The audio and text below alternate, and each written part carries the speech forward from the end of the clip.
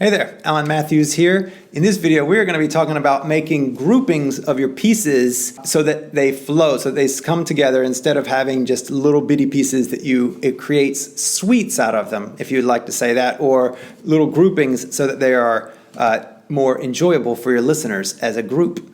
But first, go on over to classicalguitarshed.com. When you are able, you'll find all sorts of goodies for your classical guitar journeys and adventures. You'll find things on technique and phrasing and musicality and making things beautiful pieces to work on and ways to work on them, as well as everything surrounding, many things surrounding classical guitar. So have fun. In this video, we are getting going here on creating repertoire sets. So one of the things that I've noticed in some people's sets, especially with guitarists, is that we have all these short pieces, and we learn these. It takes so long to learn pieces in general, right?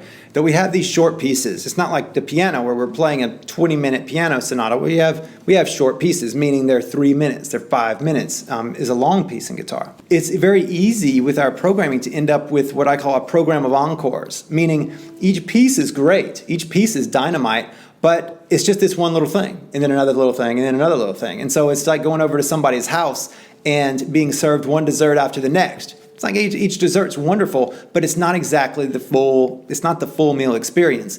And so instead, what we want is to actually experience. We want something dense, and we want something light and sweet, and we want we want these bigger groupings, bigger courses, if you could say. That's why we would group things together. Now, whenever you're actually considering grouping some pieces together, you want to have some sort of common thread. Like in a gallery, if there's an art showing, then there's some sort of common thread that's combining all of the pieces. So it's either connecting them in some way or it's contrasting them in some way.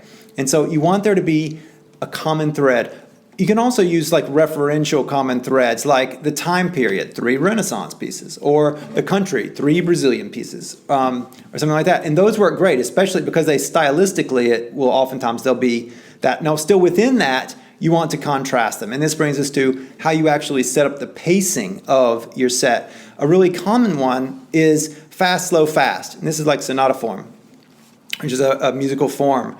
And so basically you would have like a medium fast and then a slow piece and then a fastest piece at the end and that would create that's a really nice little package. So you have a medium fast, or andante, and then a slow piece and then a fast piece. And that's a really nice boom, boom, boom piece. It keeps things moving. We can actually go into the kind of the darker places or the sweeter places, but then come out of it and still have it. And it ends with a big triumphant fast piece. So it's really nice and it's really memorable in that way. These are some ways. You can also create a ramp so that you actually progress through the pieces in intensity or mood or speed, whatever in difficulty. You could do anything that you really, there's no wrong way to do it. It's just a matter of taste as far as grouping music, right? Sometimes it can be amazing to group something really old with something new, something like some Bach with some sort of really weird atonal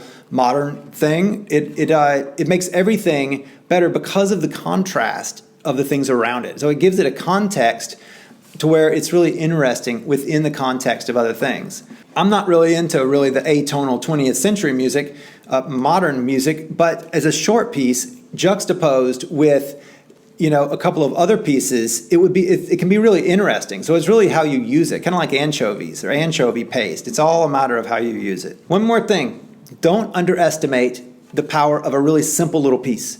A really simple little piece can just be a breath of fresh air. It can be a palate cleanser.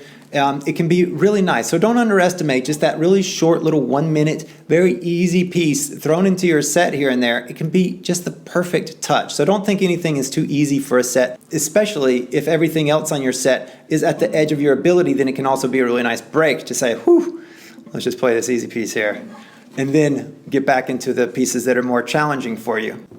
Programming is an art, and so as you go, you can find different ways of doing it, play with it, sit down, this is really nice, get yourself a cup of wine or a cup of coffee, and just kind of start playing with your pieces in different little orders. And also if you're choosing new music and you've got 2 pieces, and you want a third to put with it, then say what would work well within this set, what sort of piece, and then you can look for that. Okay. This is making repertoire sets or little groupings of music. Have fun with that, and I look forward to seeing you in the near future. Take care.